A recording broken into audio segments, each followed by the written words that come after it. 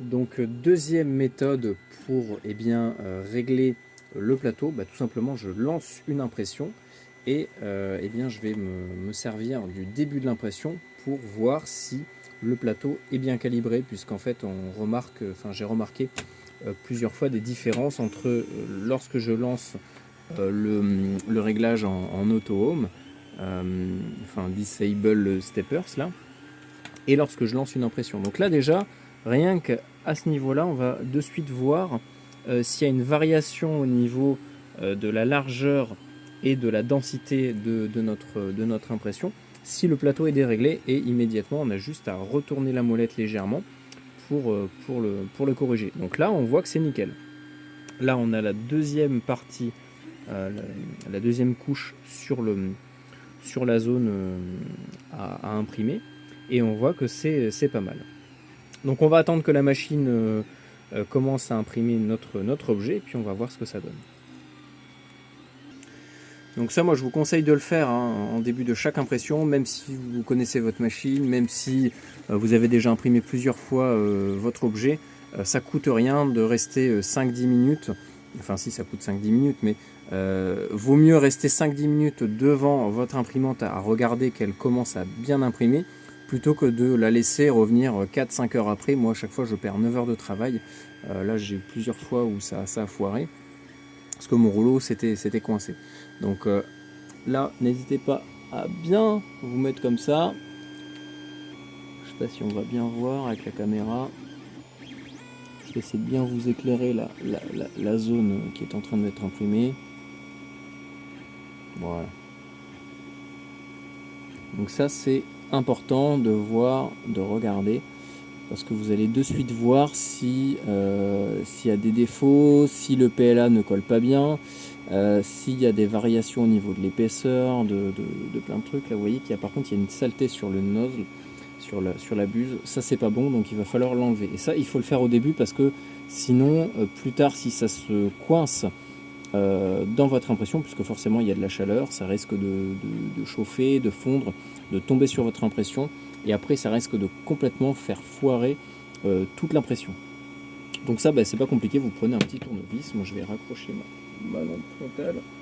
J'aurais dû mettre l'éclairage sur le téléphone plutôt. Donc on va prendre un petit tournevis bien long, et on va venir, hop, là, faire attention quand même. Pareil, lorsque vous réglez le plateau, faites attention à vos doigts, parce que moi je le fais que ici, comme ça, et derrière. Ne commencez pas à essayer de passer votre main en dessous, parce que vous avez les mécanismes, vous avez plein de trucs, et vous risquez de tout simplement, vous voyez, si vous foutez votre doigt là-dedans, je pense que vous allez finir à l'hôpital. Donc vraiment faites gaffe. Alors là, hop, on va essayer de le choper par là. On va le décoller. Là, vous voyez pas. Voilà, je fais. Désolé. C'est que je peux pas regarder à la fois la caméra et ce que je fais. Voilà. Donc hop, on va le choper et l'enlever. Ah, décidément, la netteté ne veut pas se faire. Voilà. Alors, si ça tombe sur le plateau, c'est pas très grave. Faut juste pas le laisser dessus. Ah pour une fois que j'y arrive pas, c'est là que je filme. En même temps, avec une seule main, je dois filmer en même temps. Et ça, vous voyez, c'est des trucs tout bêtes, mais si vous faites pas attention à votre buse, voilà, je l'ai quasiment retiré. Là, ça va tomber.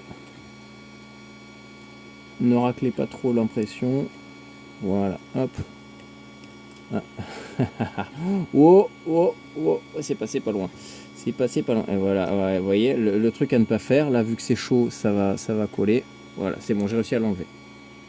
Là, c'est pareil, ne foutez pas vos doigts ici, sinon ça fait très mal. Vous allez vous faire bobo.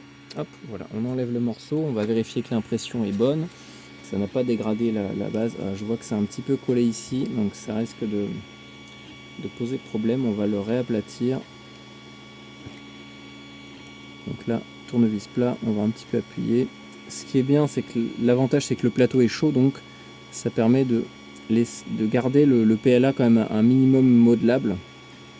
Donc là, vous voyez, hop, on va un petit peu réduire. C'est bon, voilà. Après, c'est pas grave si ça dépasse un petit peu, vu que la buse va être chaude, ça va la refaire chauffer encore un peu plus. enfin ça va refaire chauffer un peu plus le PLA et donc il va pouvoir reprendre la bonne forme. Donc ça va pas non plus accrocher et tout casser.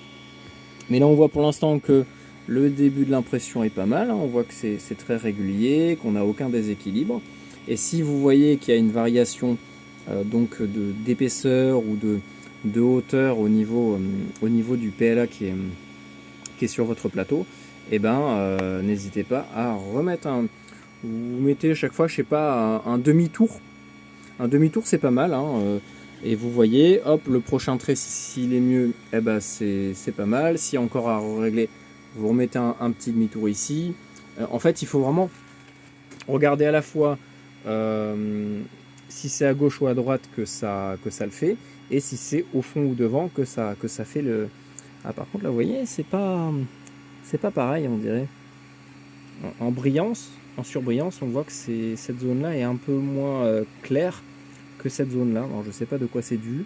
Peut-être que c'est ce qu'il y a en dessous du plateau qui fait qu'on a une impression de... Ouais, je pense que c'est ça, vu que là, c'est mat. Vu qu'il reste des résidus de PLA. Je crois qu'il faut mettre de la laque pour pas que ça accroche. Moi, je l'ai pas fait parce que voilà, c'est pas grave. Mais ouais, on dirait que c'est toute cette zone qui est... Donc là, ça imprime l'autre côté. Ça nous permet cette fois-ci de vérifier si cette zone-là, cette molette-là est bien réglée.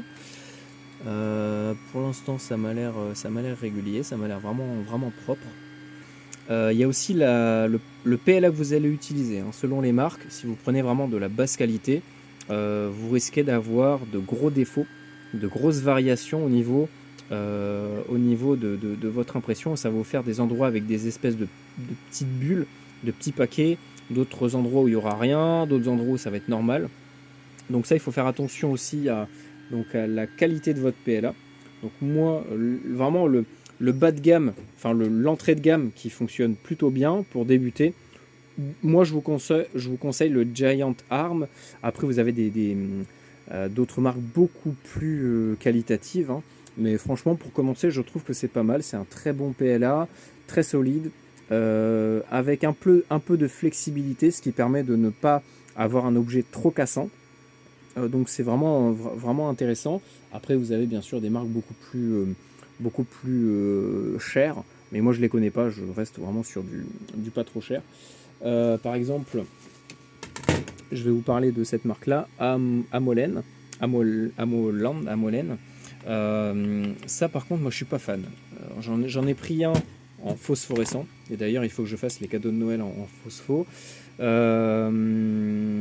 Il est pas bien parce qu'il est alors il est pas flexible en fait, il est pas mou, c'est vraiment très cassant. Donc si vous voulez faire un objet qui va encaisser un petit peu des chocs ou autre, ou doit maintenir beaucoup de poids, ne prenez pas cette marque là. Moi je m'en sers surtout pour faire des objets décoratifs en phosphorescent, mais pas pour faire des objets utiles comme par exemple ce support d'antenne.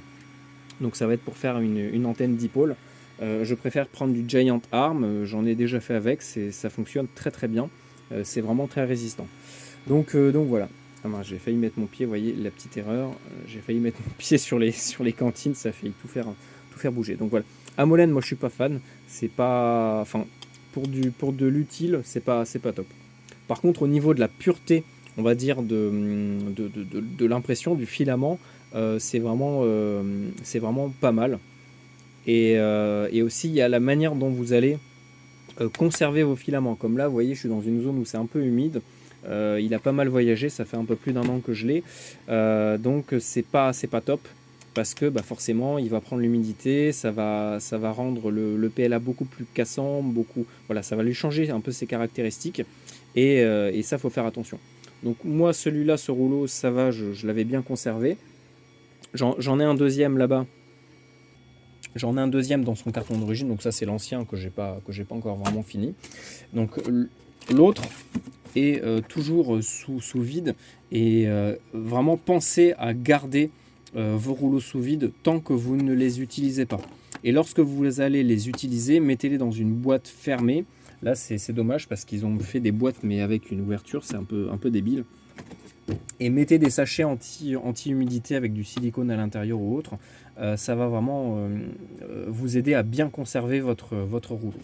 Donc voilà, ça c'est déjà plein de paramètres qui font que vous allez avoir une impression, on va dire, plutôt propre. En tout cas, moi, ce que je veux faire, c'est pas de la très haute qualité, c'est surtout que ça soit solide et que ça puisse supporter voilà, du chaud, du froid en extérieur. Parce que l'idée, ça va être de faire un support d'antenne que je vais pouvoir balancer dans un arbre ou accrocher un peu n'importe où. Donc voilà, moi, le côté... voilà, je cherche pas de la hyper bonne qualité. Au niveau du rendu, voilà, c'est pas forcément le rendu moi qui m'intéresse là dans ce type d'impression. Donc voilà, n'hésitez pas à me dire les marques que vous utilisez, si vous en connaissez d'autres moins chères que le Giant Arm par exemple, et de meilleure qualité. Enfin bon voilà, n'hésitez vraiment pas à me le dire en commentaire, ça permettra également aux autres de connaître des marques. Hein. Et puis voilà, j'espère que ça vous sera utile.